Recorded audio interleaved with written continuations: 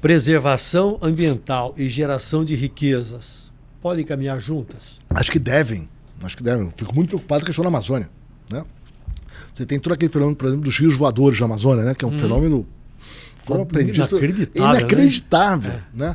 Você faz desmatamento, você interrompe esse fenômeno. Isso vai prejudicar o país e prejudica o agronegócio em particular.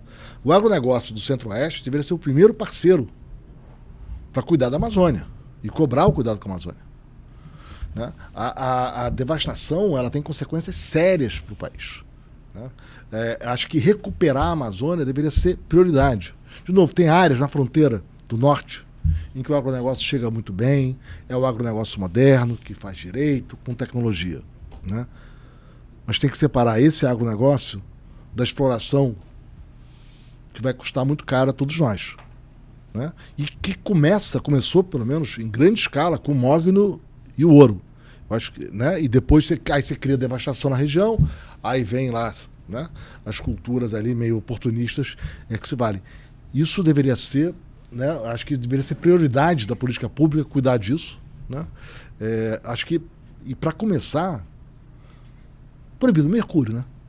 O mercúrio deveria ser algo extremamente limitado. Usar mercúrio no garimpo, como a gente tem utilizado, né? Os sinais, os indicadores desses são muito preocupantes. E tem tecnologia para substituir mercúrio. Eu estive há 3 semanas na Amazônia, num programa muito interessante. Aí eu tive palestras com empresários, com ambientalistas, com ONGs, com institutos de pesquisa. E aí eu saí de lá e depois estive no interior da Amazônia, em lugares distantes de Manaus, visitando comunidades isoladas, né? E eu fiquei muito preocupado porque eu vi o posicionamento completamente ortodoxo de cada grupo, sem considerar o todo da Amazônia. Então, o ambientalista que não aceita nenhuma coisa, a não ser isso. O desenvolvimentista que quer abrir estrada de qualquer jeito, sem pensar em nenhuma consequência. O investidor que está de olho só no retorno daquilo que ele vai colocar lá.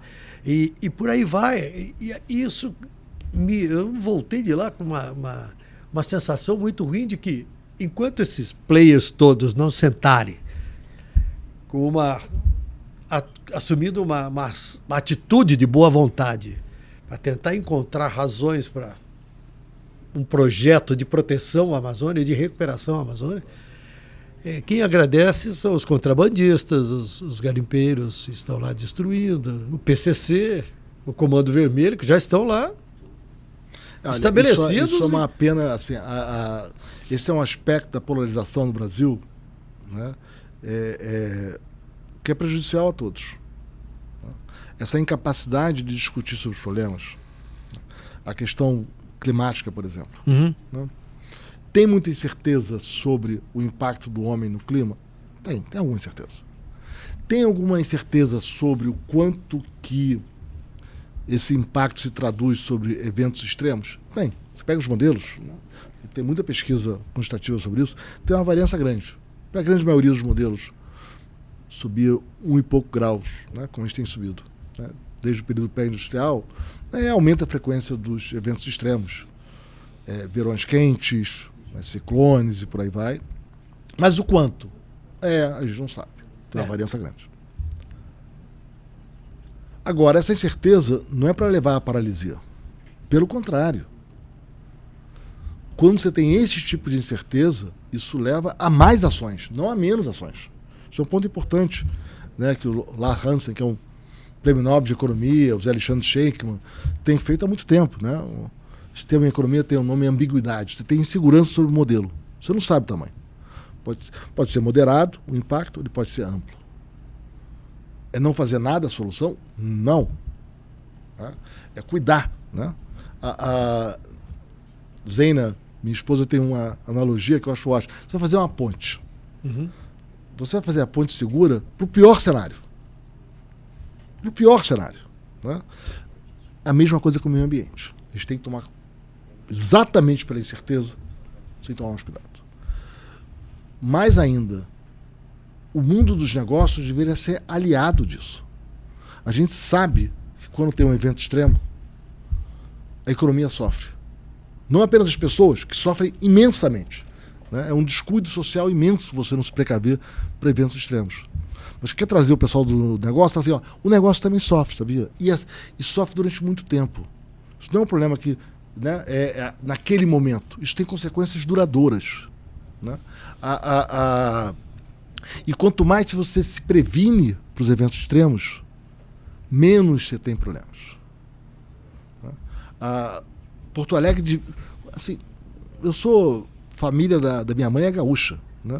Eu estava lá um mês antes da crise, né? Com primos e amigos, dando seminário, conversando sobre cidades. Alagamento já era um tema. Não tem surpresa ali. Porto Alegre tem alagamentos. Tem gente que faz casa mais alta, para não ter risco. Tem gente que tem um primo meu que estava na casa da mãe, porque a casa dele tinha sido alagada. Uhum. Né? Esse é um tema recorrente em Porto Alegre. A Serra do Rio, né, Janeiro, tem deslizamentos. Teve Teresópolis, que matou quase 1.000 pessoas há uma década, pessoas que eu conhecia, inclusive. Né? Teve Paraty, né? Angra dos Reis, né? Ali perto. Uhum. Isso. Foi Angra. O caso grave foi Angra. Isso. Né? Friburgo teve problemas. Né? Mas a gente sabe que esses eventos acontecem. Eles provavelmente vão acontecer com mais frequência com a mudança climática. Como é que a gente não toma providências e cobra providências da política pública para minimizar os custos sociais dessas tragédias que afetam a todos? Eu ouvi palestra de ambientalistas e aí eu perguntei para um deles, uma pessoa muito importante lá no Instituto de Pesquisa da Amazônia, o INPA, que faz um trabalho maravilhoso, né? Eu falei, mas professor, como é que faz para escoar a produção, já que se investe hoje nas pequenas indústrias, tentando fazer com que o ribeirinho consiga produzir alguma coisa e colocar no mercado o seu produto reconhecido, registrado, bonitinho, para poder vender, poder ter um ganho? Como é que faz para escoar? Tem que ser pelo rio, leva lá para Belém, embarca no navio. Aí eu visitei empresa na Zona Franca, falei, como é que vocês fazem para levar esses produtos aqui? Os celulares, que são produtos pequenos, vão de avião para São Paulo. Agora, as televisões, os aparelhos de TV e ar-condicionado, seguem de barco até Belém, entram no navio, leva para o Porto de Santos, do Porto de Santos embarca em carreta e chega para São Paulo para distribuir para o país. Aí a população fala, nós precisamos ter uma ligação rodoviária de Manaus com o sul do país, porque não existe. A estrada que existe é esburacada e poeirenta no verão e é um gigantesco lamaçal no período da chuva. Então, como é que faz? Tem que sentar e pensar. Né? Você tem toda a razão. Tem uma dificuldade de construir soluções de compromisso. A gente inventou a Zona Franca de Manaus. Como é que desarma isso? Eu não faço a menor ideia. Uhum. Mas é um problema. De fato, tem toda a razão. Porque os negócios, muitos negócios estão lá, não são viáveis.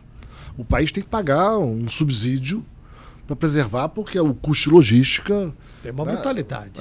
Né? Tem que recuperar a Amazônia. Por outro lado, tem que ter mecanismos de logística razoáveis para a região. Né? Essas coisas não são incompatíveis, pelo contrário. Né? Elas deveriam andar juntas. Olha, a gente tem satélite, tem foto, né? A devastação da Amazônia é inaceitável, isso é um problema para o país. Nós vamos ser muito rigorosos com isso. Por outro lado, né, vamos ter uma estrada decente, vamos ter um mecanismo logístico decente e vamos ter um plano de saída para a Zona Franca de Manaus. Eu não sei qual é. Né? A mesma coisa para os diversos subsídios e gastos tributários que são dados para negócios que estão em áreas que não têm viabilidade econômica. Né? A esperança é que leva uma fábrica de automóveis para cá, isso traz riqueza? Então, os dados não mostram isso. Olá, eu sou o Carlos Tramontina. Gostaram do corte? Então se inscrevam no canal, curtam, compartilhem, falem com os amigos. E se quiserem ver o episódio inteiro, é só ir lá no Flow News. Vocês vão encontrar tudo o que estão buscando.